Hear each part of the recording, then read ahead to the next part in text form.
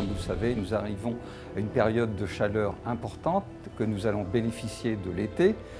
Et donc il faut penser à bien s'hydrater. Donc le thème de cette organisation, c'est l'hydratation, autour d'experts, comme le professeur Jean-Luc Tapie de Lausanne, comme Madame Françoise Grossetête, députée française européenne, qui s'intéresse et qui s'investit dans les programmes de santé publique, et deux participants de l'OCDE qui sont basés à Paris. Donc l'objectif, c'était de traduire nos messages qui sont Eat well, drink well, move, bien manger, bien boire et bouger, et en particulier développer la partie bien boire aujourd'hui.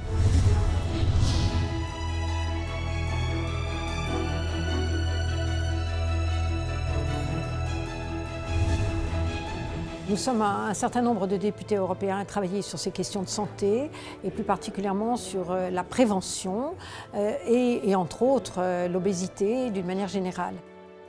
Nous travaillons bien sûr en relation avec des associations, mais justement une alliance européenne qui permet de sensibiliser non seulement les citoyens, mais aussi les décideurs politiques. Nous observons qu'il y a de plus en plus de surpoids et de plus en plus d'obésité. Tout ceci a des conséquences préjudiciables puisque cela est porteur en somme de maladies cardiovasculaires, de certains types de cancers. Donc c'est important dès le plus jeune âge, de former, d'éduquer, de prévenir. Les recommandations que nous pouvons faire, manger moins sucré, moins salé et moins, mais finalement manger mieux. Ensuite, boire de l'eau et surtout pas des boissons sucrées, des sodas. Et puis, c'est avoir un comportement d'hygiène de vie qui consiste à bouger.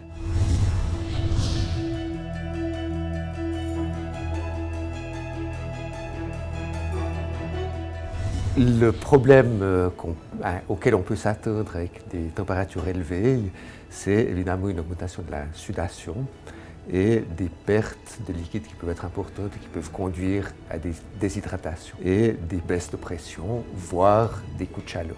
Pour prévenir ça, il est important que les gens s'hydratent et remplacent au fur et à mesure les liquides perdus, consommant des quantités de liquide, de préférence de l'eau.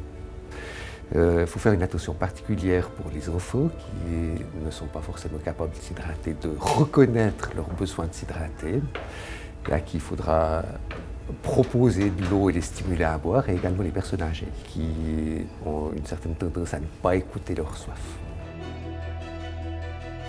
La balance énergétique s'est modifiée, c'est-à-dire que par rapport au poids que les gens avaient il y a une trentaine d'années, eh bien, ils ont une surconsommation d'à peu près 400 à 500 kilocalories par jour.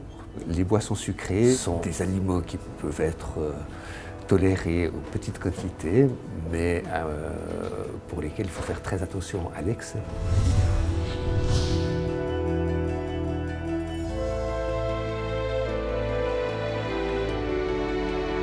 Pour le système de santé, traiter les conséquences des maladies, de l'obésité, va coûter entre 2 et 3% du budget de la santé. Ça, c'est pour tous les pays de la région européenne et jusqu'à 6% du budget sanitaire pour les pays comme les États-Unis. Au niveau économique plus en général, le poids de l'obésité sur la société, sur l'économie, est estimé à peu près 1% du produit national dans la région européenne. Sur la base de ces données-là, on connaît que l'obésité est à peu près entre 10 et 15% de la population au moment. En fait, les taux de croissance de l'obésité qu'on a vu en France sont plus hauts dans les dernières 4 ou 5 années que dans des autres pays de l'OCDE. Donc, c'est une situation peut-être un peu meilleure que des pays comme les États-Unis, mais c'est un problème en forte croissance.